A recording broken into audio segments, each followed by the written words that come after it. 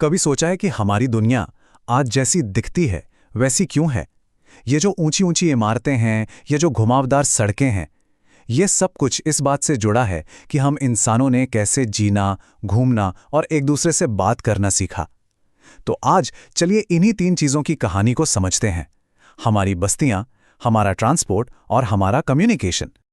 जरा इन दो तस्वीरों को देखिए। एक तरफ है गांव का खुलापन, शांति और दूसरी तरफ है शहर की भीड़-भाड़ और तेज रफ्तार जिंदगी। ये दो अलग-अलग दुनियाएं एक ही सवाल खड़ा करती हैं। आखिर हम कहाँ रहने का फैसला क्यों करते हैं?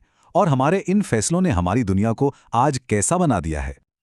और पता है, यही सवाल प्रसाद के मन में भी था जब वो गांव से शहर आया था।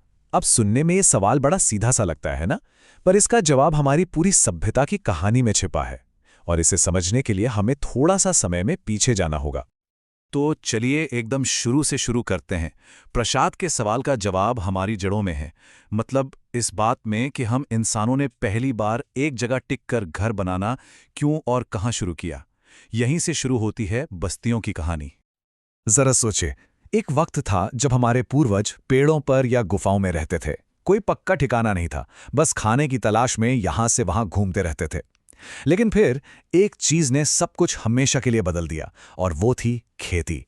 जैसे ही हमने फसलें उगाना सीखा, हमें अपनी फसलों के पास एक ही जगह रुकना पड़ा, और बस यहीं से स्थायी घरों का यानी बस्तियों का जन्म हुआ, जो ज्यादातर नदियों के किनारे बसीं, जहां पानी भी था और उपजाऊ जमीन भी।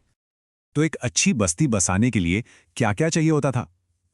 इतिहास बताता है कि चार चीजें सबसे जरूरी थी। मौसम अच्छा हो, पानी आसानी से मिल जाए, जमीन रहने लायक हो और सबसे जरूरी मिट्टी उपजाऊ हो। एक तरह से प्रकृति ने ही हमें गाइड किया कि हमारा घर कहाँ होना चाहिए। अगर हम खासतौर पे ग्रामीण इलाकों को देखें तो वहां दो तरह की बस्तियां दिखते हैं। एक होती है बिखरी हुई बस्ती, जहां घर एक दूसरे से काफी दूर दूर होते हैं। ऐसा अक्सर पहाड़ों या घने जंगलों में देखने को मिलता है। और दूसरी होती है सघन बस्ती, जहां घर बिल्कुल पास पास बने होते हैं, जैसा कि समतल मैदानों में होता है। पर मामला सिर्फ सही जगह ढूंढने पर खत्म नहीं हो जाता। इंसानों की सबसे बड़ी ताकत है अपने माहौल के हिसाब से ढल जाना, और इसकी सबसे अच्छी मिसाल हमारे घरों के डिजाइन में दिखती है। अब ये देखिए, यह है प्रकृति के साथ तालमेल बिठाने का एक बेहतरीन उदाहरण। जिन इलाकों में बारिश की वजह से पानी भर जाता है, वहां लोग ऊंचे खंभों पर, जिन्हें स्टिल्स कहते हैं, उन पर घर बनाते हैं। कितना सिंपल और जीनियस तरीका है बाढ़ से बचने का। और यही कमाल की सोच हमें ढलान वाली छतों में भी नजर आती है। जहां बहुत ज्यादा बारिश होती है, वहां ऐसी छतें बनाई जाती हैं ताकि पानी उन पर एक पल भी न टिके और सीधा नीचे बह जाए। इससे घर मजबूत और सुरक्षित रहता है। छोटा सा डिजाइन चेंज, पर असर बहुत बड़ा। और सबसे कमाल के उदाहरणों में से एक है इग्लू। सोचिए, इतनी ज्यादा ठंड में जहां दूर दूर तक कुछ नहीं होता, वहां लोग जमी हुई बर्फ से ही अपने लिए एक गर्म और सुरक्षित घर बना लेते हैं। ये सच में इंसानी दिमाग और प्रकृति के तालमेल का एक शानदार नमूना है। ठीक है, तो हमने घर बनाना सीख लिया, बस्तियां बसा लीं, लेकिन कोई भी बस्ती अपने आप में पूरी नहीं होती। तो अब अगली चुनौती क्या थी? वो थी इन बस्तियों को एक दूसरे से जोड़ने की। और बस इसी जरूरत ने जन्म दिया ट्रांसपोर्ट को। एक तरफ जानवरों की ताकत से चलने वाली एक घोड़ा गाड़ी, और दूसरी तरफ इंजन की ताकत से लोहे की पटरियों पर दौड़ती एक हाई स्पीड ट्रेन। ये सिर्फ दो गाड़ियां नहीं हैं, ये दो अलग अलग जमानों की तस्वीर है। ये वो बदलाव है जब हमने जानवरों की शक्ति को इंजन की शक्ति से बदल दिया। आज के जमाने में हमारी दुनिया को चार बड़ी चीजें चलाती हैं, या यूं कहें कि जोड़ती हैं। सड़कें, रेल की पटरियां, समुद्री और नदी के रास्ते और हवाई रास्ते।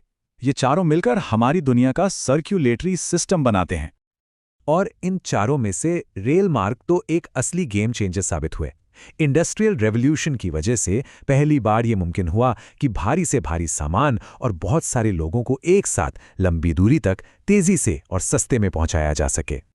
और आज हम कहां तक पहुंच गए हैं, इसका इससे बेहतर सबूत और क्या हो सकता है? जाइनिंग से लासा तक का ये रेल मार्ग इंजीनियरिंग का एक ऐसा चमत्कार है जो दुनिया के सबसे ऊंचे और मुश्किल पहाड़ों को चीरता हुआ जाता है। जरा सोचकर देखिए, ये रेल लाइन समुद्र तल से 5072 मीटर की ऊंचाई तक पहुंचती है। ये सिर्फ एक नंबर नहीं है, ये इंसानी हिम्मत और टेक्नोलॉजी की तरक्की की कहानी कहता है। और फिर इंसान ने आसमान में उड़ना सीख लिया। हवाई जहाज़ों ने तो जैसे समय और दूरी का मतलब ही बदल दिया। जिस सफ़र को पूरा करने में कभी महीने लग जाते थे, जैसे भारत से यूरोप जाना, वो अब बस कुछ घंटों का खेल बन गया। सच में दुनिया बहुत छोटी हो गई। तो बस्तियां बन गई, उन्हें जोड़ने के लिए रास्ते भी बन गए। पर अब एक और क्रांति होनी बाकी थी। एक ऐसी क्रांति जो सिर्फ लोगों और सामान को नहीं, बल्कि विचारों और जानकारी को मीलों दूर तक पलक झपकते ही पहुंचा दे। ये थी कम्युनिकेशन की क्रांति। और ये क्रांति शुरू हुई मास मीडिया से, मतलब ऐसे तरीके जिनसे एक ही बात एक ही समय में लाखों करोड़ों लोगों तक पहुंचाई जा सके, जैसे अखबार, रेडियो और टेलीविज़न। यहीं से एक तरह की ग्लोबल बातचीत की शुरुआत हुई। और इसका असर अरे हर तरफ हुआ। मास मीडिया ने हमें जानकारी, शिक्षा और मनोरंजन दिया। फिर सैटेलाइट्स ने मौसम का हाल बताना आसान कर दिया और जमीन के नीचे छिपे खजानों का पता लगाना भी मुमकिन बनाया। और फिर आया इंटरनेट, जिसने तो जैसे पूरी दुनिया को हमारी उंगलियों पर लाकर रख दिया और हमें एक ग्लोबल सोसाइटी बना दिया। तो हमने बस्तियां बसाईं, ट्रांसपोर्ट के जाल बिछाए और कम्युनिकेशन से पूरी दुनिया को जोड़ दिया। बहुत बढ़िया। लेकिन अब कहानी को वापस वहीं लाते हैं जहां से हमने शुरू किया था और पूछते हैं कि इस सारी तरक्की की हमने क्या कीमत चुकाई है। चलिए एक बार फिर उसी शहर की तस्वीर को देखते हैं। अब हम जानते हैं कि यह शहर क्यों और कैसे बना।